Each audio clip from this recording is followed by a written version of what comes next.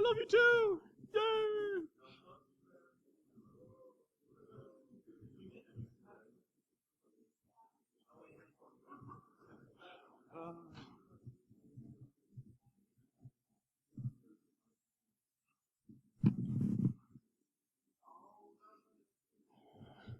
All right. Ooh. Hey, look at that. 12 o'clock on the dot. Yay. Hooray, Derbycon! Come on. My boss is presenting next door. We can do better than that. Hooray, Derbycon! Thank you. Did you hear that, Jay? My folks are better than yours are. All right, enough fun. All right, so I'd say good morning, but it's now afternoon. It's 1 minute past noon, to be exact. Welcome to I Don't Give One Iota, introducing the Internet of Things attack methodology. I'm Larry Pesce. You get to listen to me for the next 50 minutes. I'm so sorry. All right, a little bit about me. Who's your daddy? What does he do? Wait, I didn't say that, right? That's okay. I'm Director of Research and Senior Managing Consultant at InGuardians. That means I'm hacker of all the things to the best of my ability. I do a lot of pen testing, management stuff, hardware hacking, radio, you name it. I'm also an author with Singress in the past. I do a lot of podcasting, Paul's Security Weekly, for those who maybe have listened once or twice. We've only been doing it, we're going into our 11th year, so. I'm also apparently really bad at selfies, and just juxtaposition is important, apparently. So, all right. All right, so I want to give you a little bit of background on what this whole IoT thing is. We probably have a really good idea what it is, so maybe a little bit of preaching to the choir, but I want to make sure that we're sort of all on the same playing field and do a little bit of level set. Okay. So, the National Institute of Standards says, quoting one of their documents, but what is the IoT? I love that. What is the IoT? Not what is IoT, it's what is the IoT. Seems kind of weird to me. There are many ways to describe the IoT. More than 20 professional research groups have worked to characterize the IoT. But so far, there's no one universally accepted definition. Okay? I tend to agree a little bit. So, for me, the history of IoT, it's not new.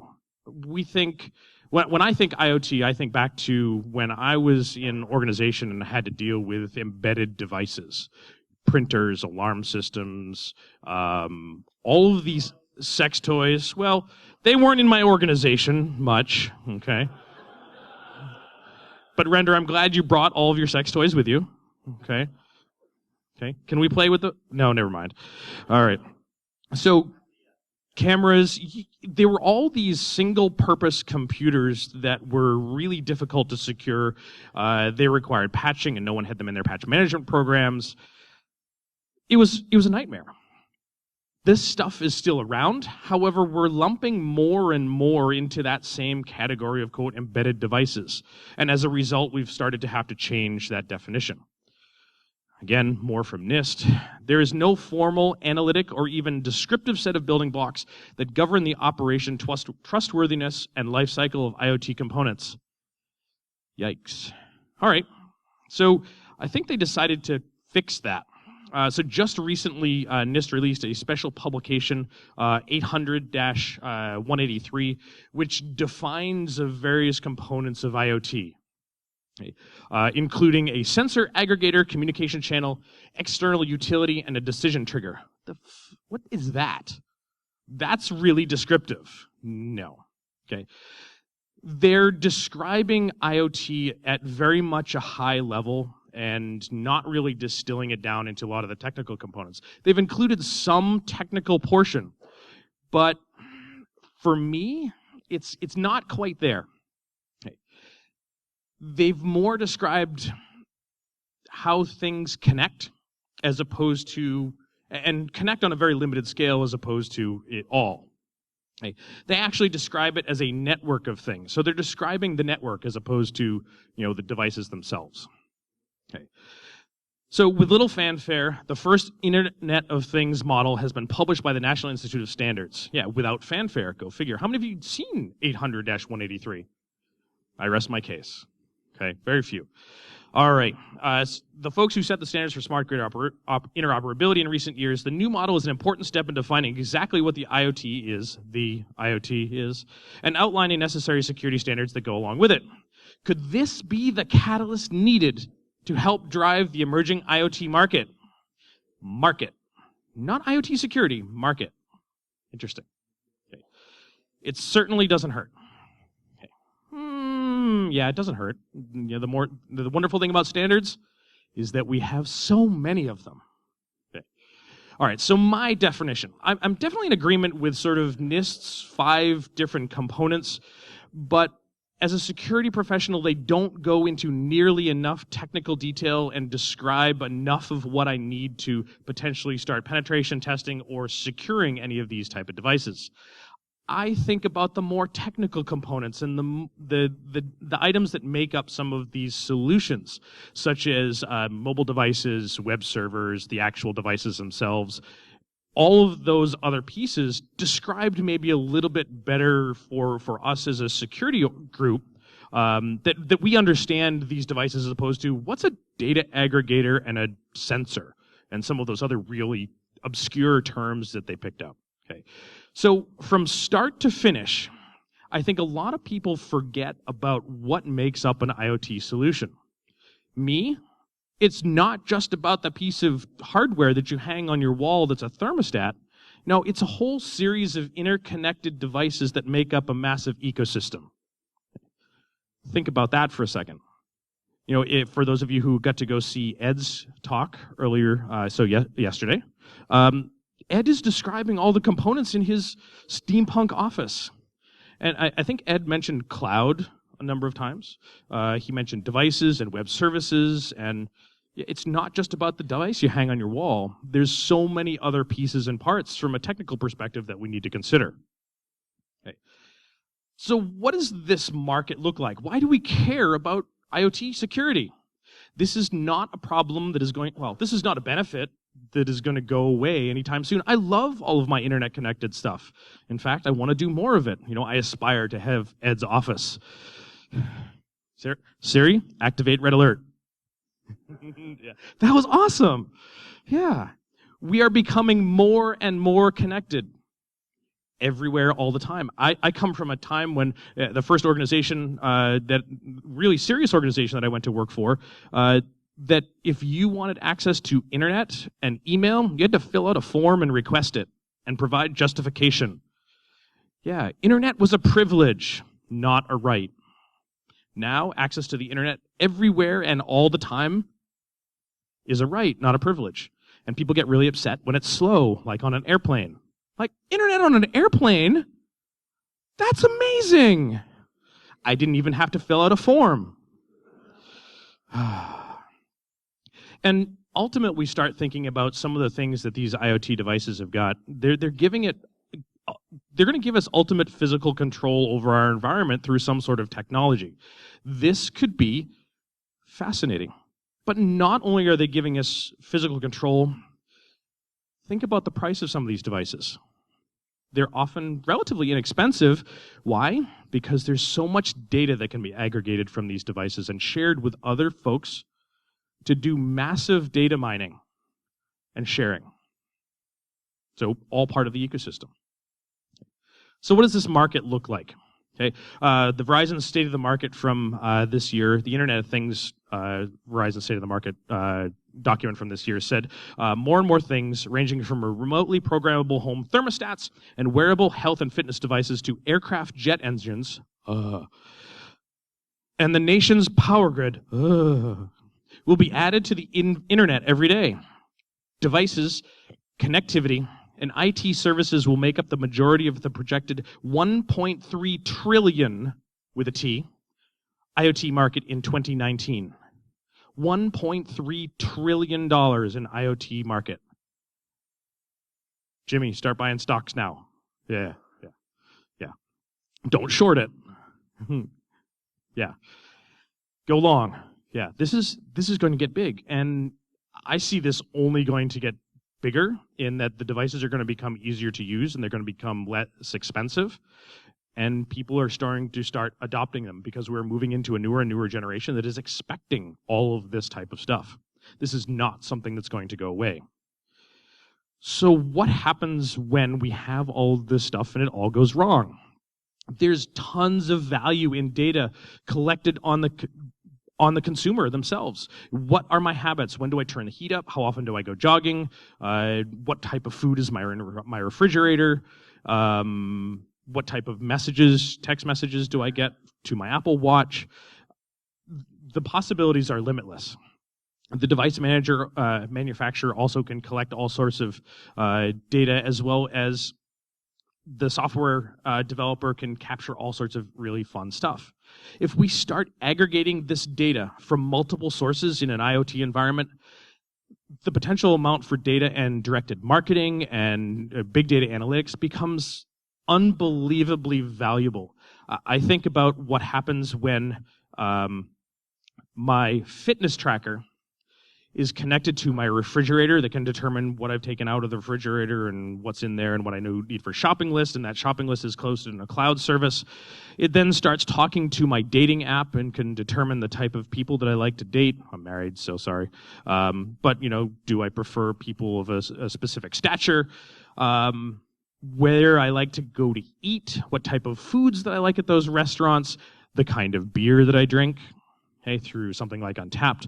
When I leave my house, what temperature I set my house at, where I am in my car based on GPS or my phone, tie it to my bathroom scale.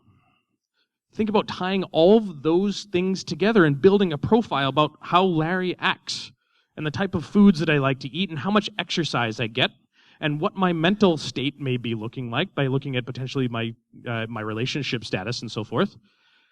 That also makes for great marketing, direct marketing. But what happens if that now gets all aggregated to my healthcare provider? They can now make some decisions about how much they're going to charge me for my health insurance. Potentially can make some deductions about my possible health and potential outcomes for some diseases and so forth. That actually becomes really frightening to me. But what happens when it really goes wrong? Okay.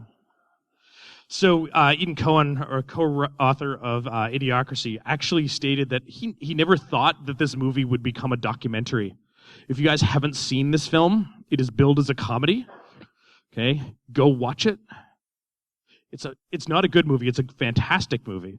It is very much a documentary, and the authors may in fact have been a little bit forward-seeing.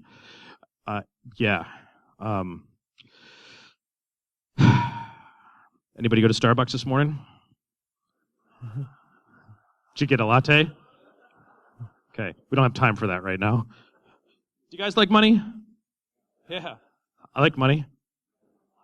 I'm really glad to see we're hanging out. Okay, yeah, absolutely. All right, but if this stuff is so successful, like parasites, like our hundreds of millions of IoT devices in our environment, why haven't parasites taken over the world? It's simple. They have. You just don't know it. Okay? That's because successful parasites don't kill us. They become part of us, making us perform all of the work to keep them alive and reproduce. Okay? How many of you have listened to or read Damon by Daniel Suarez? If you haven't, go do it. Yeah, awesome book. Daniel's got a ton of awesome titles. Essentially, to roll up the history of Damon, gentleman is very wealthy, and he does a bunch of data aggregation through some of his wealth, through 3D printing, one-off manufacturing, and so forth. He essentially creates a world of internet-controlled IoT that is managed by AI, and not in a good way. Like motorcycles with machine guns, without rider, that are controlled by AI, and can shoot whatever the heck they darn well please. That sounds like a future I don't want to be a part of. Okay. Maybe one of those in Ed's office when red alert goes off. Yeah. Well, Ed in control of it, I trust. I probably shouldn't. But what about when we put the computer in control? Yeah, that's an interesting challenge. All right. Let that sink in for a second. Okay. The hardest part about the impending IoT apocalypse is that pretending I'm not excited, because this is going to go awesome for us as security professionals, unless we make it better. Okay. So, let's talk a little bit about this whole ecosystem, this whole mess that is IoT, the way I see it. Okay. So, it starts with a device that does something. Okay. And then it connects to a network. And then you got a mobile app to interact with this thing. And there's a hosted service with a web app so that you can do this in the cloud and you can manage your device from somewhere, from a computer as opposed to a mobile app. And you can have multiple devices tied to the same account. And then they capture all sorts of data. And then they aggregate that in a database for their own service. And then they start sharing that data with other third parties so that we can do larger data aggregation. It's happening. Okay. So it starts with one thing. Aw, cute, a little panda. You guys seen these things? This is the smart toy. Okay. Yeah, one of our analysts actually has one of these, and we're having some fun with this. He's dubbed it Operation Sad Panda. They make multiple versions of this bear. One's called a monkey. One's a monkey. I have a monkey. That's not the same monkey. Your monkey is not internet connected. Mine is. The project is called Operation Spank the Monkey. Yes. Yeah, well, it's true. RenderMan here has the Internet of Dong.gs. DON.gs, Internet of Dongs. Yeah. Wait, what happens when your sex toy talks to your dating profiles? A lot of fun? All right. So we've got this one thing. This is our IoT device, right? This does not act standalone. Then it wouldn't be an internet or network of things, would it? No, we've got devices that it connects to. We've got our mobile app and our wireless network and the internet and the cloud and some big data aggregation services. So it turns now into this ecosystem of many things. But we have more than just this one panda in our house, right? We have many things. Many, many things. We've got our thermostats and this other toy, a doll, and light bulbs, right, Ed? Yep. And our car chargers and our internet-connected automobiles and tire pressure sensors and our online banking and our smart grid and our health fitness devices, potentially medical devices, and they're all connected to the internet cloud and these back-end data services. And then what does it look like? Yeah, all this stuff talks together. This is a freaking mess. And these services all talk to each other. How? Well, we have no idea because somebody needs to look at this stuff. And I actually think going through this and I'm like trying to connect all these dots, and I think I probably forgot a couple dozen interconnections here. Like, this is a mess.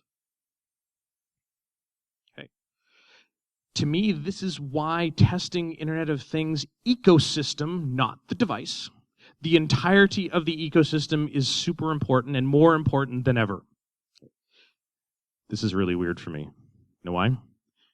Most of the other talks that I've ever given at a security conference have been technical in nature. This is me pretending to be a thought leader. Okay. How am I doing? Wait. My boss is next door. How am I doing at the thought leader? You guys rock. Free beer at the bar. Yeah, free beer at the bar. It's on Ed. All right. So how do we test this stuff? Well, I spent some time thinking, and we really need some methodology to make this happen.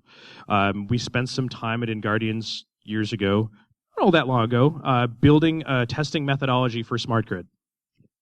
Let's leverage that experience and build a testing methodology for the IoT ecosystem. Cool. Oh, good. I'm doing good on time. All right.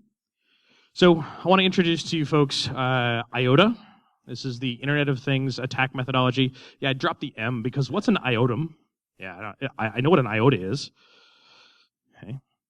So let's talk a little bit about the IOTA, some of the methodology components, some ways we can do some implementation, and give you some ideas about how you can build a lab. We're not going to go into every single component. We're going to give you some high-level ideas because this is actually pretty darn massive and huge and overwhelming.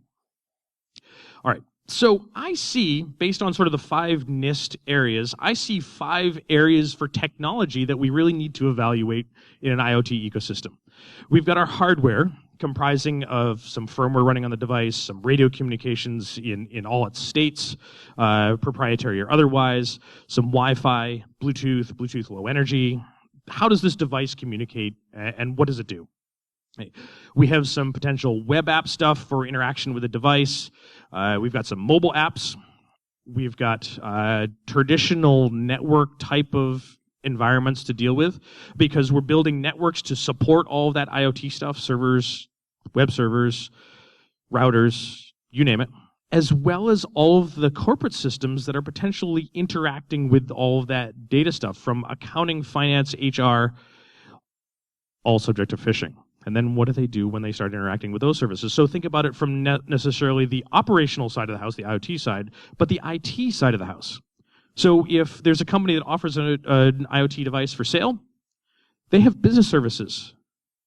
Attack those business services too, because oftentimes they are going to be interconnected at some point. Okay. And finally, API testing. What happens when they're open and they offer API testing? A number of years ago, I did some testing on some smart thermostats as part of my talk at DEF CON. And in fact, the API that they had, the initial version of the API, allowed you to query the device over unauthenticated HTTP and obtain wireless SSIDs and passwords. Okay?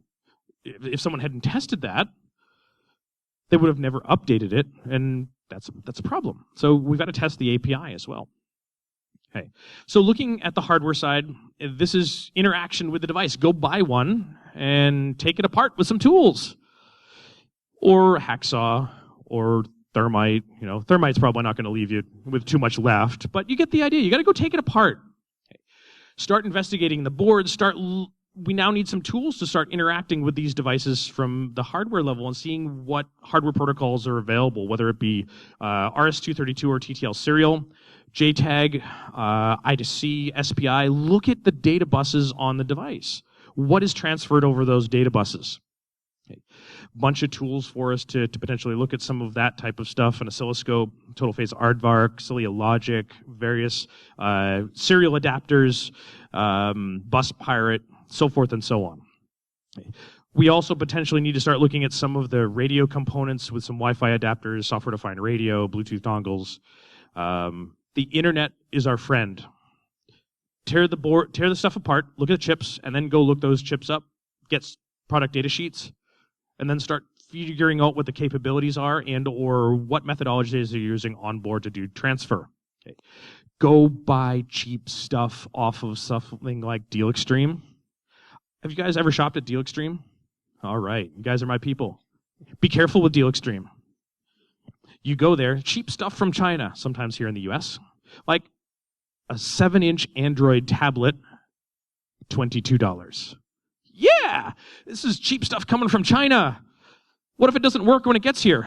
It's only $22, buy 6. You see my problem. And then as you're shopping for this, it's like, oh, hey, cool, I can use one of those internet-connected doorbells that's $4. What if it doesn't work? It's $4, buy 10, yeah. Do you know how many tablets I have at home? Like 22 tablets. How many doorbells? Way too many. So next thing you know, you're checking out and your bill is $300 and you needed 1 tablet. And you got 6 and be careful. But buy cheap stuff from China to practice on. Don't buy the really expensive stuff because you're going to destroy it. Practice in your lab on cheap stuff. All right. Firmware analysis, there's a couple ways we may need to obtain this. We can pull it from the device itself, pull it from the services that are offering these updates for download.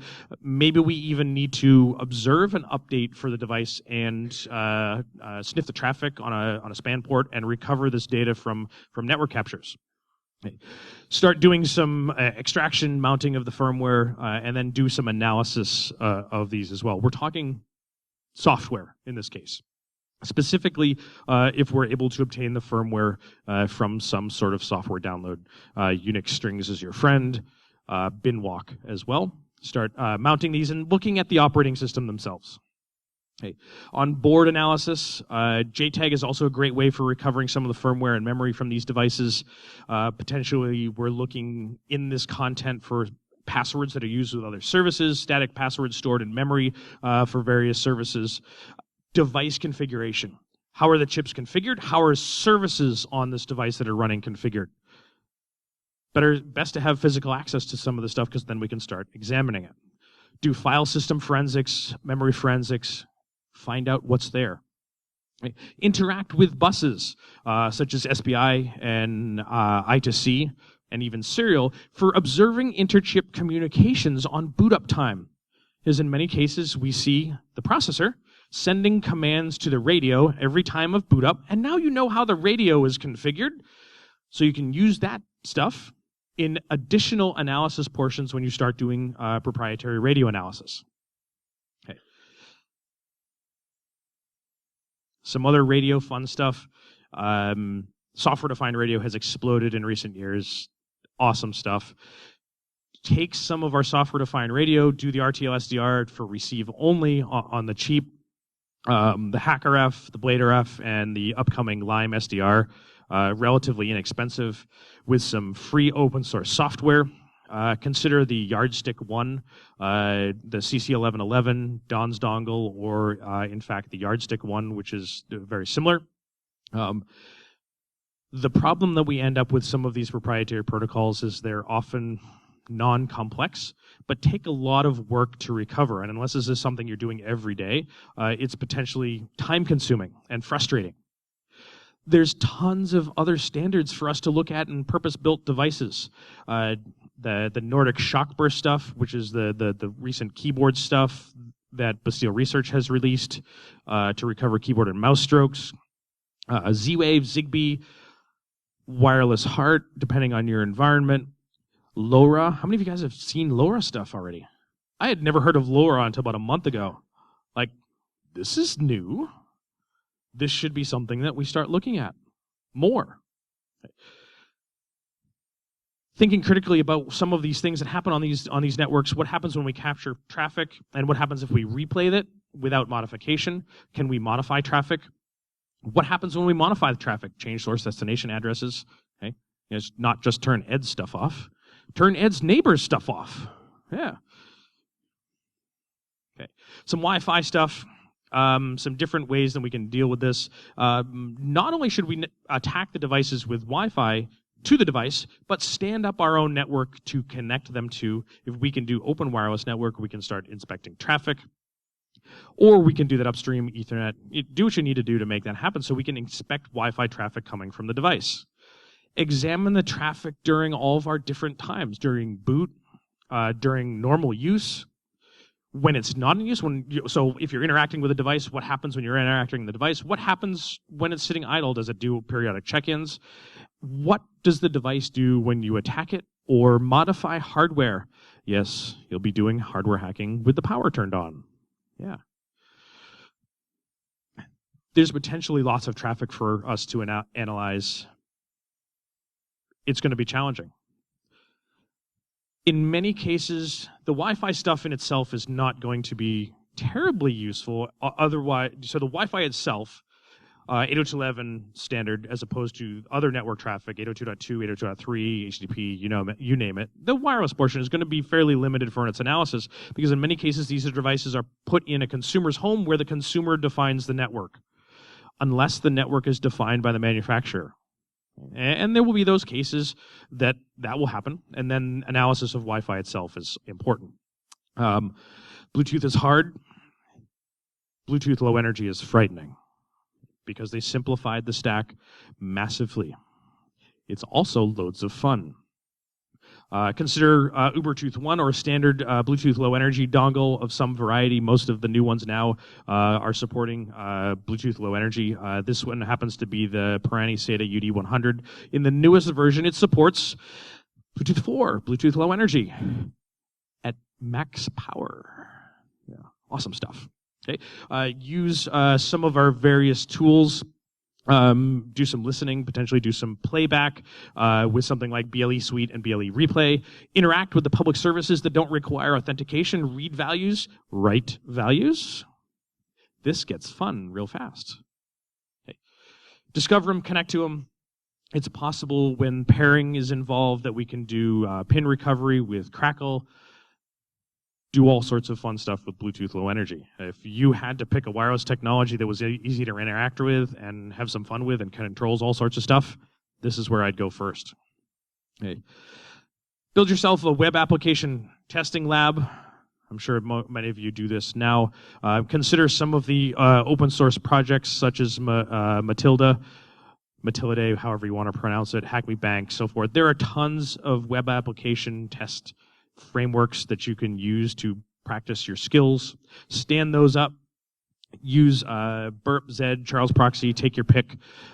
There's tons of tools out there for web application scanning and testing. Some of my favorites listed there, Derby, WP Scan, and SQL Map. There's a myriad of tools, and in fact, you can write your own. Some other ways to practice, go look at bug bounty programs. They give you permission to hack their stuff with certain scopes. Live targets. This is what you're going to be testing in the real world anyways, isn't it? Yeah. Not just Hack Me Bank, because that's easy. Pick something harder. Okay. In practice, web applications are a disaster. We know this. Cross-site scripting, SQL injection, the list goes on. Session token expiration and modification, token entropy calculations, sequential sessions, what happens when we modify all of this stuff? Can we access items within their web pages with unauthenticated access that gives us the ability to perform commands? What happens we try to escalate our privileges and become the admin user?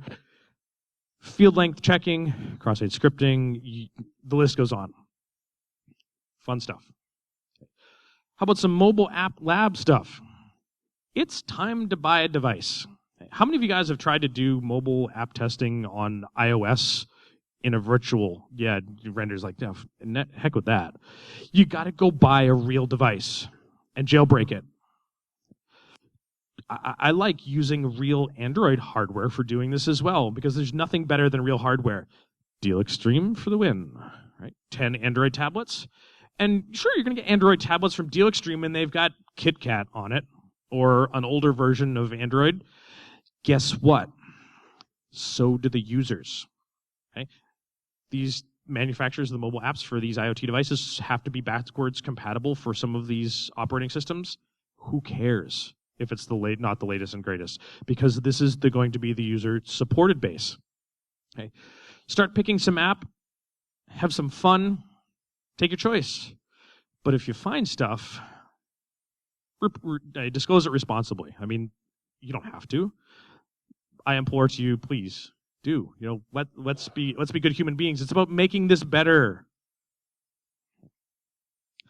In practice, take a look at our traffic, hammer nails through it. This is a Samsung device. It's probably not a good idea. Okay. What happens when we respond faster to requests with malformed packets? How do the apps react? We are now able to observe traffic. We can now potentially interact with the web apps directly outside of the application. We may be able to capture credentials, which would be useful later when doing API interaction. Start looking at what the app looks like on disk. What is it storing on disk for credentials or other interesting information?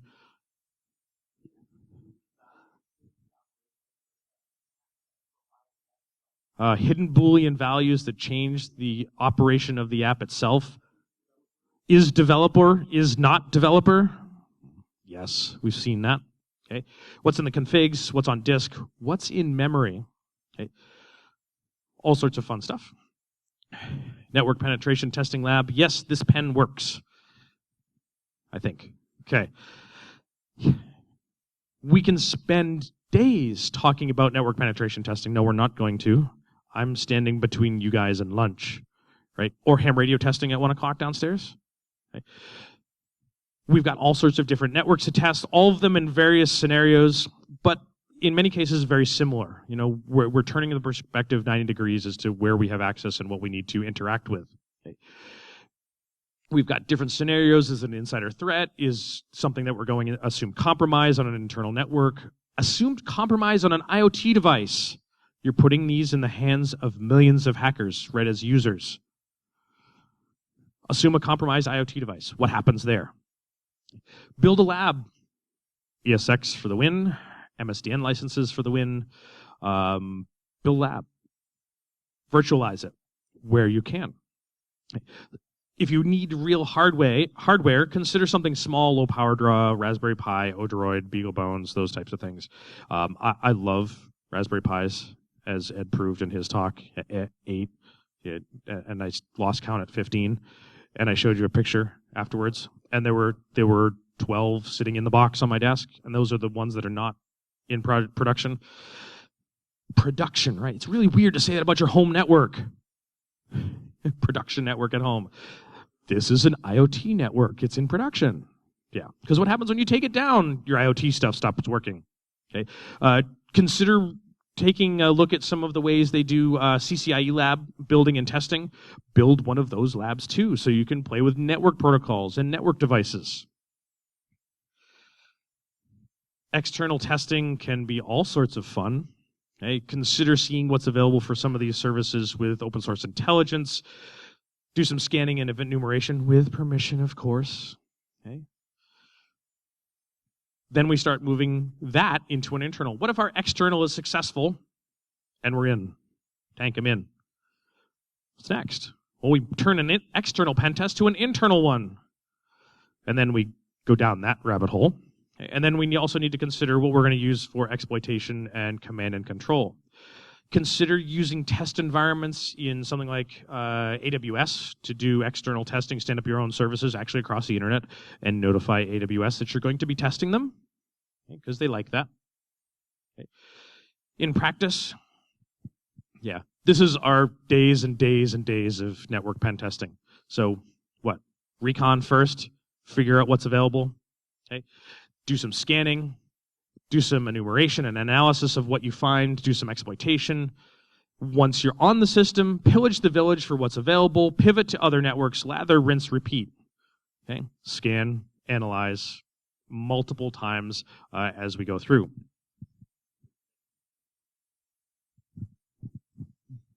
API testing is hard. Why? We won't know what the API implementation will look like. We will only be able to build simulations in a lab. We have no idea how each one of these manufacturers is building their own API. We can get some ideas about the technologies they may use, but the actual implementation will be different. So pick something and play with it to build practice. Casey, I'm going to put the microphone down so you can actually get a picture without something in front of my face like this. Ready?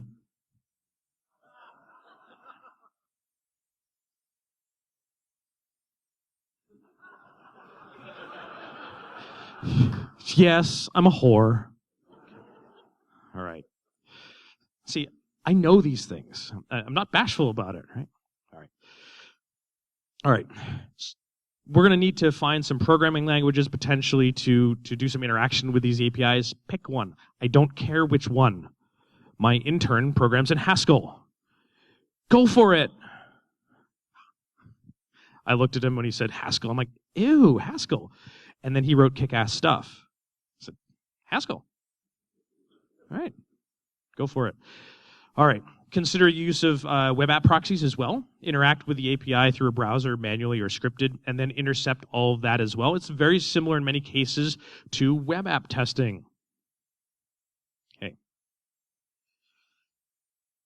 What are we dealing with for languages for API testing? You know, straight XML, SOAP, JSON, RESTful APIs, WSDLs, yeah, they're still there. Binary HTTP, their own custom implementation. Yuck. Now go implement this in your lab and try to play with all of these. Every one of these from an IoT device is going to introduce their own individual challenges. We're not going to be able to test every one in the lab, but we're going to get close and get practice for where we may see issues with other implementations. Go and deploy something in your testing environment that uses one of these API methodologies from, say, an open source project and test it. Build your skills with some of these tools, and then find libraries to interact with these API services in your language of choice and start scripting the heck out of it. Okay? I never wanted to be a programmer. I didn't want to sit in front of a box and code all day, so I specifically chose not to do programming. That was a mistake. Because what am I doing now? I'm learning programming languages. Go to No Starch Press's booth and pick up No Starch for Kids, or Python for Kids. That is the book that I am teaching myself Python with. Seriously. Why? Because when my 8-year-old wants to start programming in Python in her Minecraft server that I have set up for her, have I got a book for you? And Daddy's already read it. Okay? Yeah, I love that book. I'm using a kid's book written for an 8-year-old to learn Python. It's perfect mindset for me. My wife says I'm a 10-year-old trapped in a 40-year-old's body. She's right. Fart jokes are funny. Okay. All right. I'm a little early. 9 minutes or so, 10 minutes or so. But I really want you guys to think about, this is a massive undertaking, isn't it? Like, whoa. Yeah. Like, think about all of these things in the ecosystem that we've just talked about, and if you're going to test this entire ecosystem, the volume of lab that we need to build, and the practice, I get why this is hard.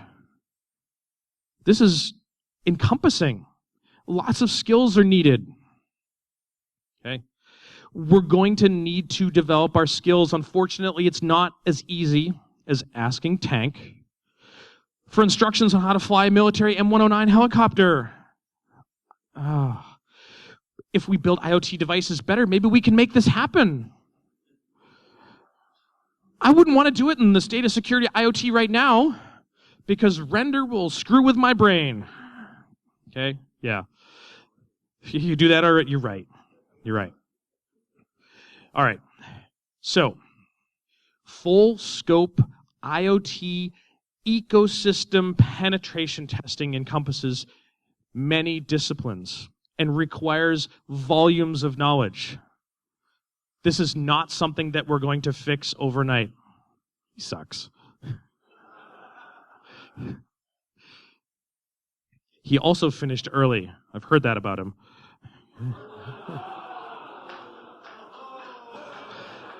Well, there goes my raise for the year. Okay. All right. So you guys remember the scene in The Matrix when they go to rescue Morpheus? And they go through the metal detector, and the metal detector beeps, and Neo opens his jacket, and he's loaded down with weapons, and the guard goes, "Holy shit!" Yes. You need to do that. Don't go on your adventure alone. Don't go rescue Morpheus alone. Build a team to do this. Why? Because if I think about this from what we do, I am not an expert in every one of those 5 scenarios, but I have people that are, and I work with fantastic folks, and I have a community that are awesome at these things too. I can't do it all. I just can't. I'd like to think I'm that smart. No. We need a team. These 2 kicked ass, and they got Morpheus back. And allegedly, they made things better. Okay. Together, we can help build a better ecosystem. And if we're not building it, we can affect how other people build their networks by testing it appropriately and helping them fix the issues so that render can't control my brain, or my panda, or my sex toys. Okay? or abuse the data that is collected by all of those together. Wait a minute. If you're collecting data about my panda and my sex toys at the same time, we've got a problem. Okay. Let's build it better. Let's help other folks build it better. So let's start considering some methodology for making this happen. So where do we get this methodology? Turns out I bit off more than I could chew. Yeah, what I thought would be a 30-page document is running somewhere around 130 pages. Yeah. There's not enough hours in the day for me to complete it. It's almost there. I didn't make it for Derbycon. I'm sorry. So sad. I know I suck. But we're almost there. We know what the components are going to look like. We know we have the bulleted list of all the things that we want to talk about. It's now taking that bulleted list and making it cohesive so someone can use it and not just be a bulleted list and make it robust. Okay. We're going to have that available. There is a page here describing what IoTA is at inguardians.com/IoTA. It's going to be soon. I don't know the date. I'm managing workloads and family and children and just started actually making sure I'm taking care of my health by like going to karate 6 times a week or some ridiculous stuff like that. Yeah. I got my ass handed to me by an 8-year-old girl. She happens to be my daughter, but that's going to change.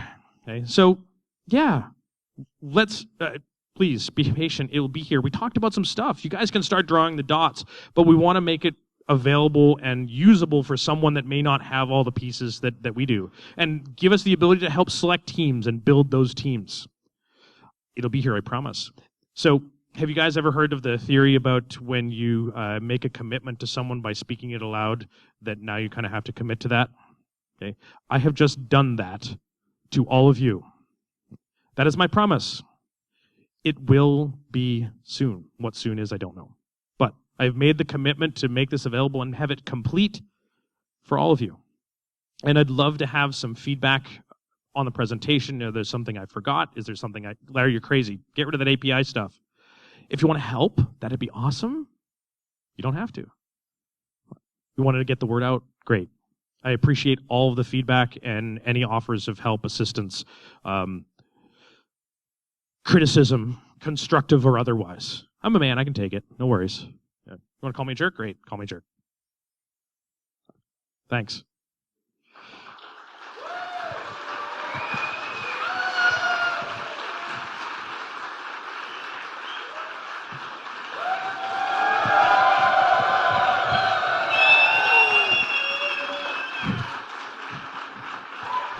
You guys rock. Say that one more time. You can't do it, can you? Come on.